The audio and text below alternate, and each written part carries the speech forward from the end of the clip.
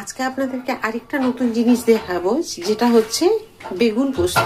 আশা করি আপনারা আলু পোস্ত খেয়েছেন, বড়ি পোস্ত, পেঁয়াজ পোস্ত, কফি পোস্ত, অনেক কিছু খেয়েছেন, কিন্তু বেগুন পোস্ত যে কতটা সুস্বাদু হয় সেটা না খেলে বুঝতে পারবেন না। একবার অবশ্যই খেতে হবে বেগুন পোস্ত। তো আমি দেখুন তেল একদম ধোয়া ওঠা গরম হয়ে গেছে, দিয়ে দিলাম একটু কালো জিরে, দিয়ে দিলাম অল্প একটুখানি নুন, যাতে তেলে দেওয়ার মতো বেগুনগুলো তেল ছিটিয়ে না আসে, সেই কারণে দিলাম। বেগুনগুলোকে দেখুন লম্বা লম্বা করে এভাবে কেটে রেখেছি, কারণ বেগুন ভাজলেই কিন্তু একদম নরম হয়ে যাবে, নেতিয়ে যাবে, সেই কারণে এইরকম কাটতে হবে। তো কেটে নিয়ে আমি এখন দিয়ে দেবো এই বেগুনগুলো।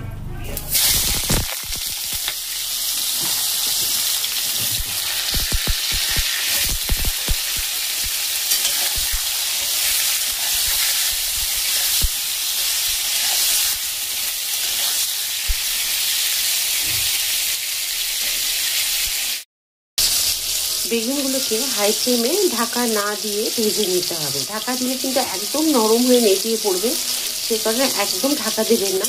এইভাবে কিন্তু হাই ফ্লেমে, যেমন আমরা বেগুন ভাজি ভাত খাই, ভাতে খাওয়ার সাথে রুটি খাওয়ার জন্য, তো সেই রকমভাবে হাই ফ্লেমে ভেজে নিচ্ছি। দেখুন কি সুন্দর লাল লাল করে ভেজে নিয়েছি, যেমন আমরা বেগুন ভাজা খাই। আর তেল যেরকম ধরুন লাগবে সেরকমভাবে ভেজে নিতে হবে। নুন আমি প্রথমেই তেলে দিয়ে দিয়েছি, যদি পরিমাণে কম হয় আর একটু দিয়ে দেবেন। মিষ্টি কিন্তু একদম দেওয়া যাবে না বেগুন পোস্ততে, মিষ্টি দিলে ভালো লাগবে না।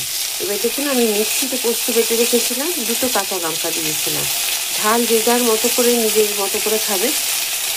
আর এতে কাজু কিশমিশ কিচ্ছু দিতে হবে না, শুধু পোস্তর পরিমাণটা একটু বেশি দিতে হবে, তাহলে কিন্তু এর স্বাদ খুব সুন্দর হবে। মিক্সি ধোয়া জল একটু দিয়ে দিলাম, বাটিতে যে পোস্তটা লেগেছিল সেটা সমেত একটু দিয়ে দিলাম। এবার খুব ভালো করে আমি এগুলোকে মিশিয়ে নেব। দেখুন কি সুন্দর হয়ে গেছে। বেগুন পোস্ত কিন্তু একদম মাখো মাখো হবে, এরকম ঝোল ঝোল হবে না।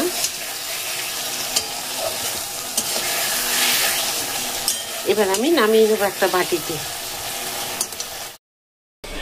দেখতে দেখুন কি সুন্দর হয়েছে, খেতে কিন্তু এর থেকেও সুন্দর হবে। দেখুন বেগুন পোস্ত কি সুন্দর হয়েছে, কালারটা খুব সুন্দর হয়েছে।